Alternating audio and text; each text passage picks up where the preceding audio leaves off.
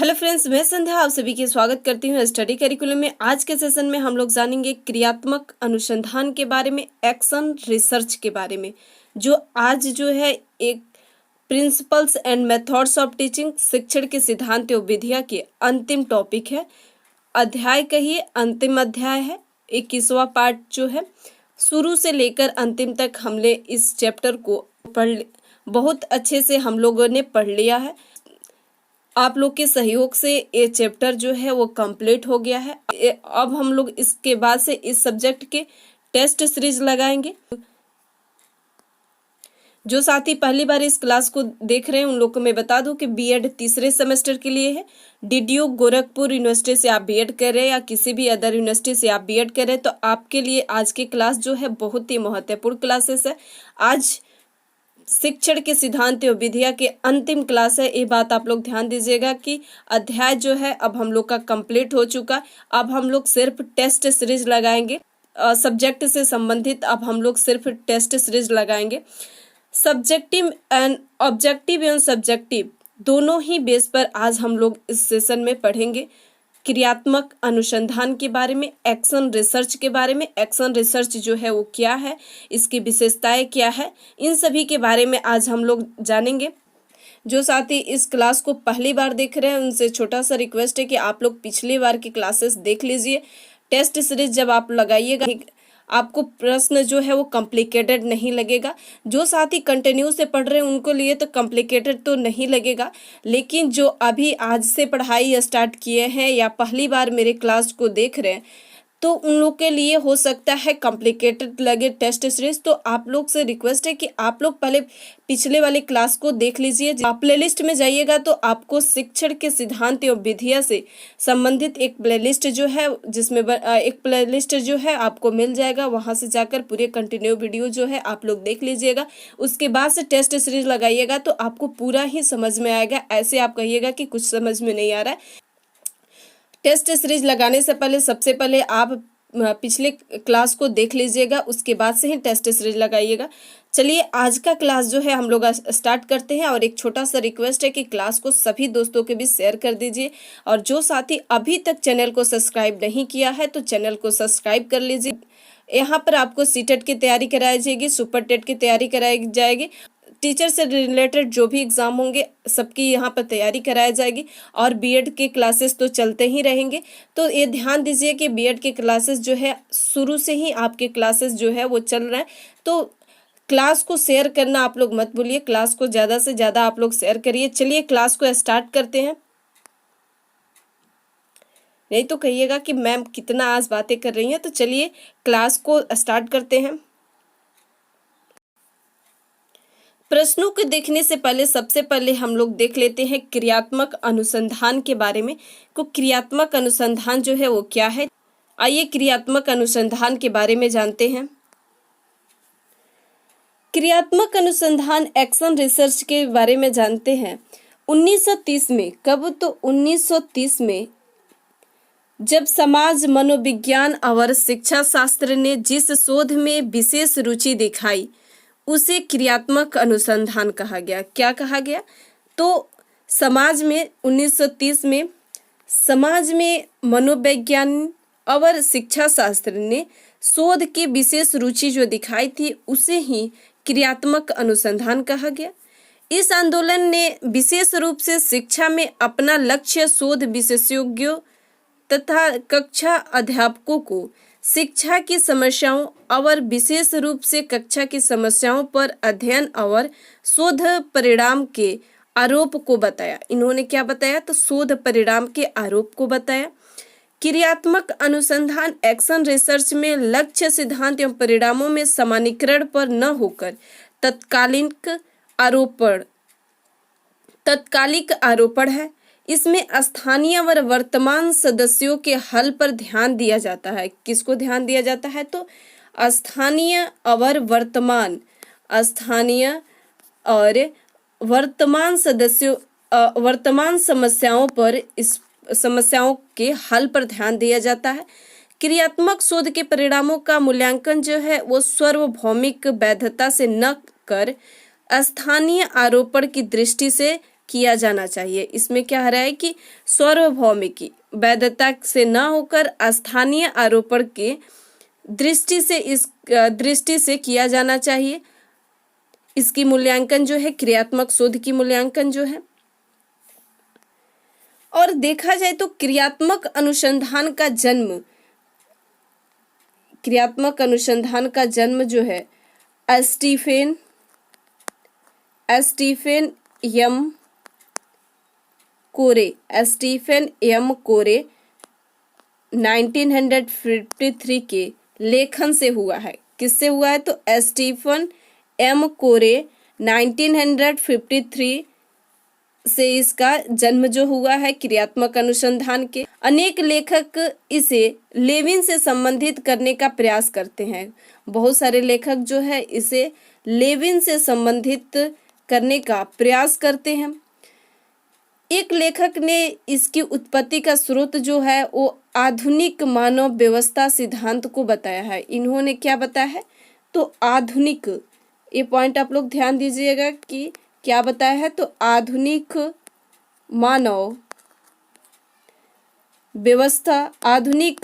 व्यवस्था का सिद्धांत जो है बताया है। मौलिक के अनुसार अगर देखा जाए तो क्रियात्मक शोध के प्रत्येक का सबसे अधिक उत्तरदायित्व तो कोरे को जाता है।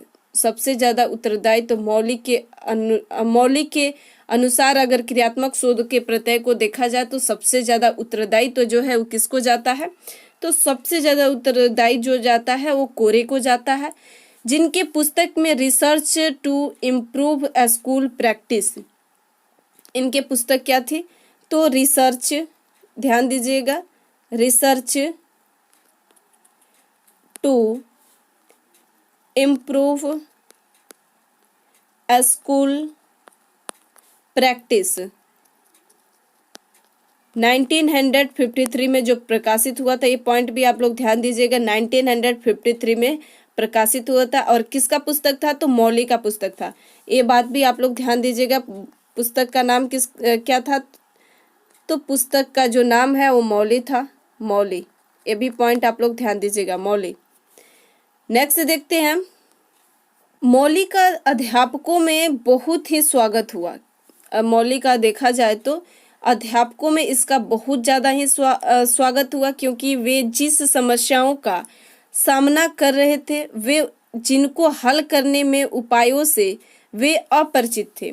इस पुस्तक में उन समस्याओं का हल करने की दिशाएं सुझाई गई थी। इन्हें सुझावों के क्रियात्मक शोध की संज्ञा दी थी और इन्हीं ने सुझावों को क्रियात्मक शोध की संज्ञा दी थी। और कोरे ने अपने पुस्तक 1953 में जो इन्होंने प्रकाशित किया था, उस वक्त अपने पुस्तक में उन्होंने लिखा था कि उन्हें पहले शिक्षा में शोध कर रहे अनुसंधान विशेषज्ञों पर बहुत विश्वास था और वे उससे कहा करते थे कि वे विद्यालय का अध्ययन करके बताए कि उन्हें क्या करना चाहिए, परंतु उनका यह विश्वास जो था वो टूट गया। उनकी अवधारणा की शिक्षा जगत के कार्यकर्ताओं के व्यवहार में उतारना कोई आसान काम नहीं था।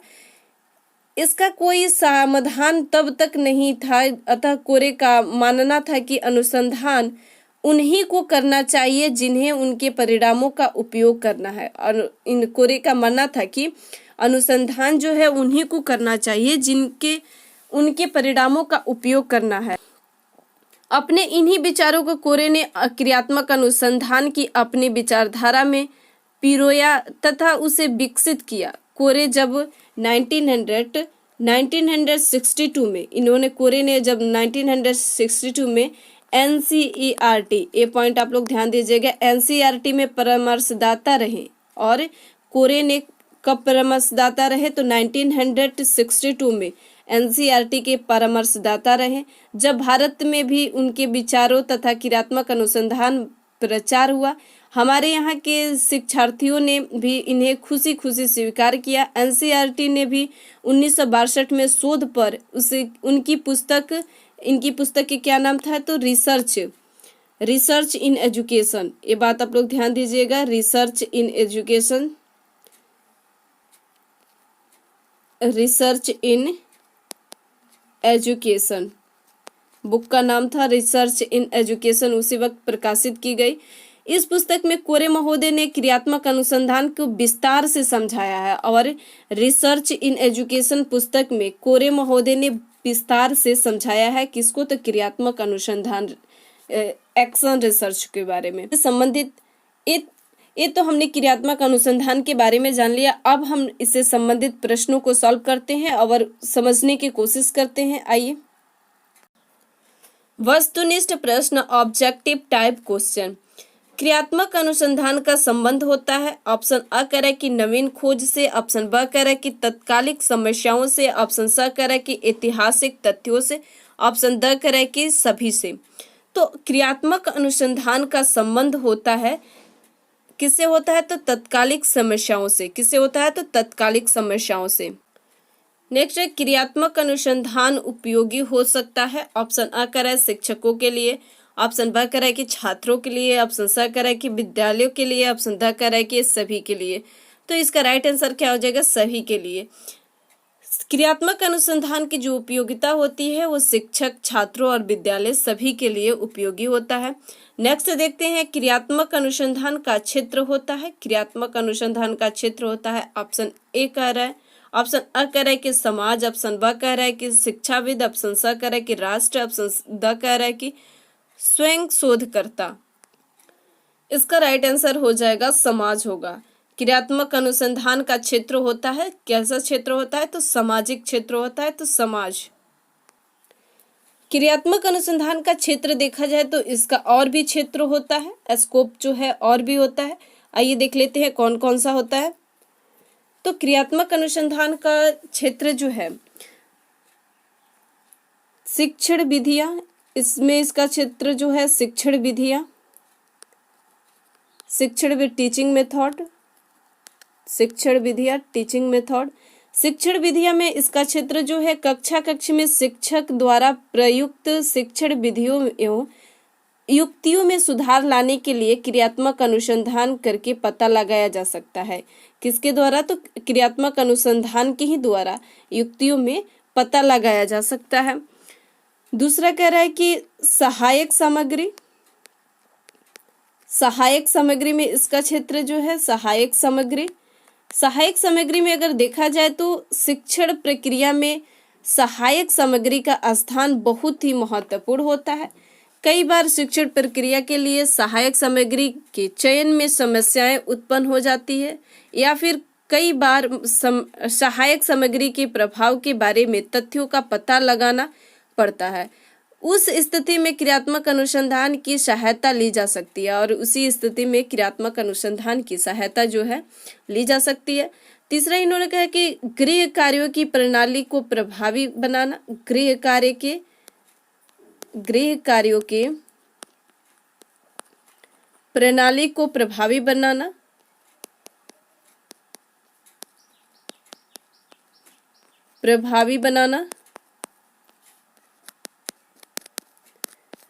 To make home assessment system effective. और चौथा इन्होंने बताया कि अनुशासन डिसिप्लिन। क्रियात्मक अनुसंधान जो है इसका जो क्षेत्र है अनुशासन डिसिप्लिन, इसमें क्या होता है अनुशासन में तथा स्कूलों में तथा कक्षाओं में फैली अनुसंधान संबंधित समस्याओं के बारे में पता लगाने के लिए क्रियात्मक अनुसंधान का साधन ही प्रयोग में लाया जाता है। और पांचवा इन्होंने बताया कि अनुपस्थित रहने वाले और देर से आने वालों का अध्ययन करना। और छठा इन्होंने कहा कि शिक्षक एवं विद्यार्थियों की समस्याएं और भी है इसके क्षेत्र, जैसे कि विद्यालय संगठन एवं प्रशासन की समस्याएं, अधिगम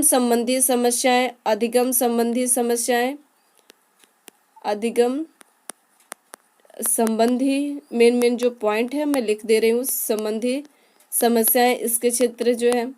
इसमें क्या आता है कि कक्षा में कई बार विद्यार्थियों को अधिगम से संबंधित समस्याओं का सामना करना पड़ता है, जैसे वर्तनी स्पेलिंग हो गया तथा वाचन प्रोनाउंसिएशन हो गया की समस्याएं जो है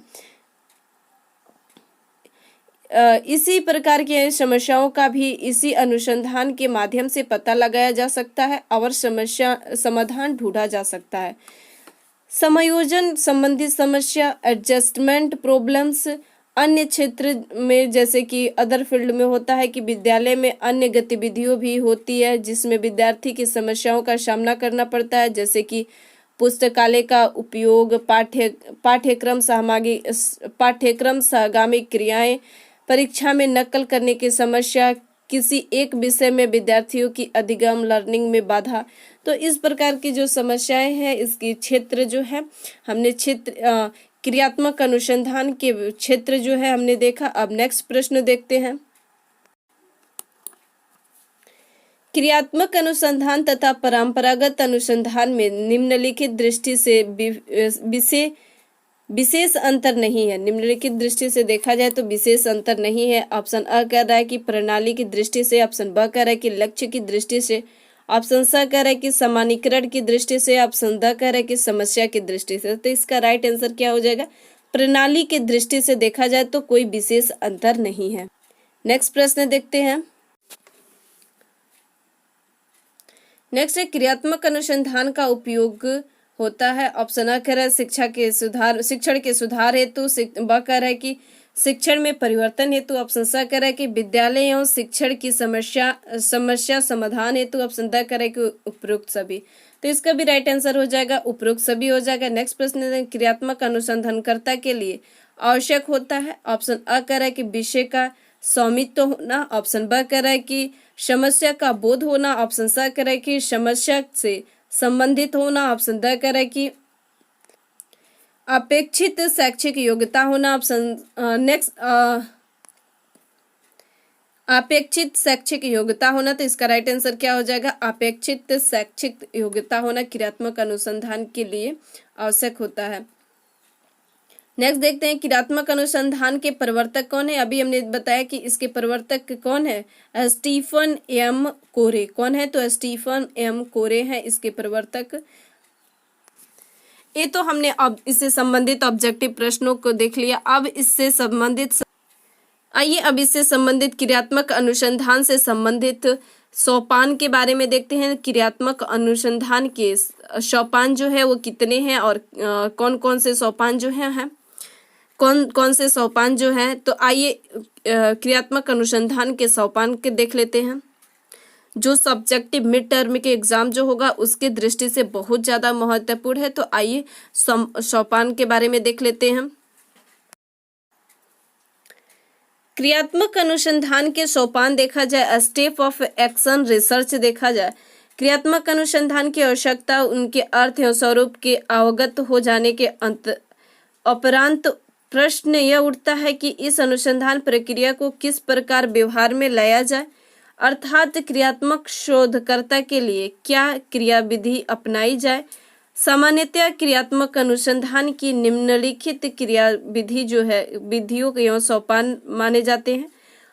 पहला है समस्या का चयन। दूसरा जो है समस्या का सीमांकन। समस्या के चयन में देखा जाए तो समस्या की स्पष्ट पहचान के बिना समस्या का समाधान पाना संभव नहीं होगा, क्योंकि क्रियात्मक शोध में समस्या ही वह विषय है जिसकी अनुसंधान द्वारा समाधान ढूंढा जा रहा है।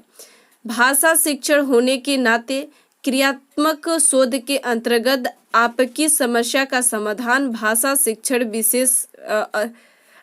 शिक्षण अधिगम के क्षेत्र में होना चाहिए। इस दृष्टि में उच्चतम वर्तनी, शब्द शोध, शब्द प्रयोग, शब्द रचना, वाक्य रचना, पठन, लेखन आदि क्षेत्र में विशेष समस्याओं हो सकती है जिसकी क्रियात्मक शोध द्वारा समाधान भाषा शिक्षण के कार्य को प्रभावी बना सकता है। समस्या समाधान में और समस्या का सीमांकन में देखा जाए तो समस्या का सीमांकन में होता है कि समस्या का व्यापक रूप को पहचानने के बाद उसमें से एक निश्चित विशिष्ट समस्या को चुनकर उस समस्या की सीमाएं निर्धारित करना समस्या का सीमांकन कहलाता है। क्या कहलाता है? तो उस समस्या का जो समस्या है उस समस्या का निर्धारित करके उसके सीमाओं का निर्धारित करना क्या कहलाता है? समस्या का सीमांकन कहलाता है। समस्या के संभाव्य कारणों का निदान एवं विश्लेषण करना, फिर क्रियात्मक परिकल्पना का निर्माण करना। पांचवा इन्होंने बताया कि कार्य योजना का निर्माण और उनका प्रयोग करना। छठा इन्होंने कहा कि क्रियात्मक परिकल्पनाओं का परीक्षण एवं प्रमाणीकरण करना, परीक्षण और प्रमाणीकरण करना। इसमें क्या होता है कि कार्य योजना बनाने के उपरांत शोधकर्ता परीक्षण विधियों का प्रयोग करते हुए परिकल्पनाओं की उपयोगिता एवं शोधकर्ता का पता लगाता है, अर्थात समस्याओं के निराकरण के लिए जिन समाधानों का अनुमान लगाया गया था उसके सत्यता असत्यता की परख करता है। यदि कार्य योजना के संपादन में शोधकर्ता के लक्ष्य की पूर्ति होती है तो उस समाधान को स्वीकार कर लिया जाता है। उस समाधान को क्या किया जाता है? तो स्वीकार कर लिया जाता है, अन्यथा उसे छोड़ दिया जाता है। ये था क्रियात्मक अनुसंधान के सोपान। कुछ सोपान जो हमने देखा क्रियात्मक अनुसंधान के सोपान, ये जो सोपान जो है इसको आप लोग याद कर लीजिएगा, बहुत ही महत्वपूर्ण है। सब्जेक्टिव में आए तो यही पॉइंट आप लोग लिख दीजिएगा। समस्या का चयन, समस्या का सीमांकन, समस्या के संभाव्य कारणों का निदान एवं विश्लेषण, क्रियात्मक परिकल्पना का निर्माण, कार्य योजना निर्माण और उनका उपयोग, क्रियात्मक परिकल्पनाओं का निरीक्षण एवं परिमाणीकरण, इस जो था क्रियात्मक अनुसंधान के सोपान था। आइए अब हम लोग देख लेते हैं क्रियात्मक अनुसंधान के उद्देश्य। उद्देश्य जो है वो क्या है? आज हम लोग का अंतिम टॉपिक है, ये बात आप लोग ध्यान दीजिएगा कि शिक्षण के सिद्धांत और विधिया के चैप्टर जो है अब शिक्षण के सिद्धांत एवं विधिया के चैप्टर जो है वो कंप्लीट हो गया। आज जो है उसका कंप्लीट हम लोग क्लास देख रहे हैं। इसके बाद से हम लोग टेस्ट सीरीज लगाएंगे। शिक्षण के सिद्धांत और विधिया से संबंधित हम लोग टेस्ट सीरीज लगाएंगे, यूनिट वाइज करके इसका टेस्ट सीरीज लगाएंगे। जैसे कि यूनिट 1 करके एक टेस्ट सीरीज आएगा, फिर उसके बाद से यूनिट 2 आएगा, फिर उसके बाद से यूनिट 3 आएगा, और फिर यूनिट 4 आएगा, और फिर यूनिट 5 आएगा। यूनिट 5 तो हम लोग का पढ़ना ही है ना, 1 से लेकर 5 तक, यूनिट 5 तक हम लोग को पढ़ना है शिक्षण के सिद्धांत और विधिया में, जो एक एक यूनिट करके आएगा आप लोग के लिए। अभी हमने इसको चैप्टर वाइज करके सॉल्व किया है। हम लोग अब टेस्ट सीरीज उसमें ज़्यादा एक्सप्लेन नहीं करूँगी, आपको सिर्फ उसमें टेस्ट देना है और फिर आपको बताना है कि अपना स्कोर जो है कितना कर पाए हैं। जो साथी अभी तक चैनल को सब्सक्राइब नहीं किया है वो फटाफट से चैनल को सब्सक्राइब कर लीजिए। क्लास जो है आपको डेली मिलेगा, सुबह में ही मिलेगा क्लास जो है, और दोस्तों के भी शेयर करना मत भूलिए। क्लास को जितना हो सके आप लोग शेयर जरूर करिए। मैं आप लोग के एग्जाम के दिन तक साथ हूँ, तो आप लोग भी थोड़ा कष्ट करिए, शेयर करिए, और जो साथी अब चैनल को सब्सक्राइब नहीं किए हैं वो चैनल को सब्सक्राइब जरूर कर लीजिए। चलिए क्रियात्मक अनुसंधान के उद्देश्य के बारे में देख लेते हैं। क्रियात्मक अनुसंधान के जो उद्देश्य है, जो मिड टर्म के एग्जाम की दृष्टि से बहुत ज़्यादा ही महत्वपूर्ण है। सब्जेक्टिव में प्रश्न जो है आएगा ही, ऐसे नहीं है कि ये नहीं आएगा।